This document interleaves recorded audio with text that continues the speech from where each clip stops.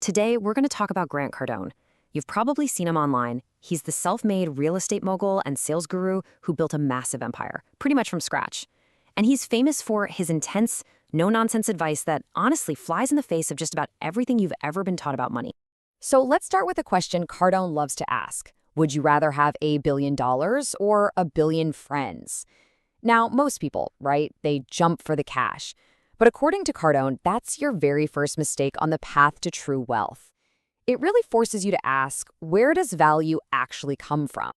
You know, when a guy whose net worth was somewhere around $300 million back in 2020 tells you you're thinking about money all wrong, you kind of have to listen. This isn't just some theory he cooked up. It's the literal playbook he used to build his own fortune. So let's break down the financial myths he's so desperate to bust. All right, first up is the biggest illusion of them all. This idea that the cash in your wallet or that number in your bank account has any real built-in value. Cardone says it's just paper, and believing it's anything more is what's keeping you poor. Now, Cardone didn't always think this way. For a long time, he did what everyone else does. He believed money equaled security. He was putting it into a 401k, investing in mutual funds, planning for a safe retirement at 65.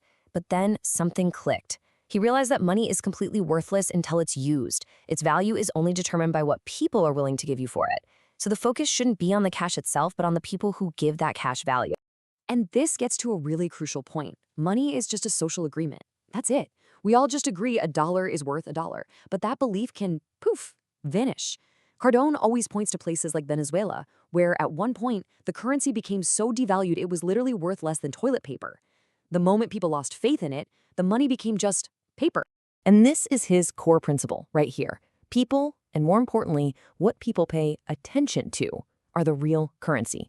I mean, think about it. Americans spend billions on lottery tickets every year. They're not just buying a piece of paper, they value the dream, the chance. And money just naturally flows toward that collective attention and desire. So in short, value isn't created by the government, it's created by people. Okay, so if you accept that idea, then it totally torpedoes another piece of conventional wisdom. If money's value is fluid and created by people, then that old advice to just scrimp and save your way to a fortune, it's got to be fundamentally flawed. We've all heard it a million times, right? Pay yourself first, save 10% of everything you earn. It sounds so responsible, so smart. Well, Cardone calls it a trap. He says it's a recipe for a small, mediocre life. His argument is that you can't save your way to being a millionaire, you have to earn your way there. So let's just look at the traditional path for a second. Let's say you make 10 grand a month. Even if you somehow manage to save 90% of that, which is basically impossible, you're only putting away $9,000. And meanwhile, you're living on fumes. All your energy is focused on cutting back, not on growing. Your wealth is just growing at a snail's pace. Now let's flip it. Let's look at Cardone's path. Here, the focus shifts completely. Instead of trying to save 90% of a small income, you focus all your energy on 10xing that income to, say, $100,000 a month. Now, if you save just 10%, you're putting away $10,000. You are saving more money in absolute dollars while living a much, much bigger life. You see? The problem was never your savings rate, it was your income. So the key takeaway here is all about where you invest your energy. Are you going to spend your time clipping coupons and worrying about the cost of a coffee? Or are you going to spend that same time developing skills that can dramatically increase how much you earn? Your focus really does determine your reality, and a focus on pennies will only ever get you pennies. And this leads right into his third piece of advice, and this one might make you a little uncomfortable. You know that old saying, don't be too loud, don't stand out, be humble? In Cardone's world, that is terrible financial advice. He says in today's economy, being unknown, obscurity, that's the real danger. And believe me, Cardone learned this one the hard way. Before 2008, he was all about the assets, just quietly buying up real estate. He followed that don't be too prominent rule. And then the financial crisis hit, and he lost a staggering $60 million. That's when he realized that owning assets alone wasn't secure. He decided the most secure asset you could have was a brand. And his new focus became building the Grant Cardone brand, investing heavily in just getting known. He looked at guys like Warren Buffett, who wasn't just rich, he was universally known. He was respected. Buffett was on TV all the time. Cardone decided that was the real path to security. If millions of people know who you are and what you do, you will never, ever run out of opportunities. Attention really is the new oil. All right, you might want to sit down for this one because this next one, man, it challenges the very foundation of the American dream. Cardone argues that buying the home you live in is one of the worst financial decisions you can make, especially early in your career. Okay, let's be super clear on his definition here. For him, it's simple. An asset puts money in your pocket.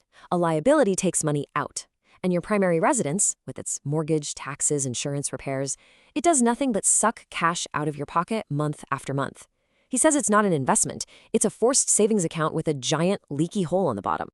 I mean, just look at the difference in cash flow and flexibility. Buying requires this massive down payment, which ties up a huge chunk of capital that you could be investing in your business or income-producing assets.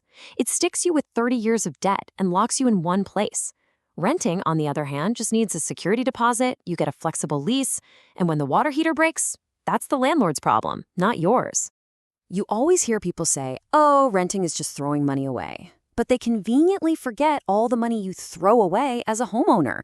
You've got property taxes, insurance, constant repairs, general upkeep, furnishing the whole place. Oh, and that mountain of interest you pay the bank over 30 years. All of that is cash that is not working for you. So, if the old rules are all broken, what's the new playbook? Cardone's whole philosophy isn't just about tearing down old ideas. It's about building a new, more effective way to actually create wealth. So here it is. Here is Cardone's path, laid out for you. First, it starts with a mindset shift. Stop thinking about saving pennies. Instead, become obsessed with increasing your income. Then, you take that money and reinvest in yourself, developing skills that make you more valuable. Next, you promote yourself like crazy because attention is currency. And only then, once you've built a massive income stream, do you use that cash to buy assets that generate even more cash, and you do all that long before you ever think about tying up your money in the house you live in. Ultimately, Cardone's whole message is about persistence and just thinking on a massive scale. It's a challenge to stop playing small and start thinking bigger about your income, your visibility, and your real potential. The only way to truly fail is to just quit. So, the real question is, what skill are you going to start building today?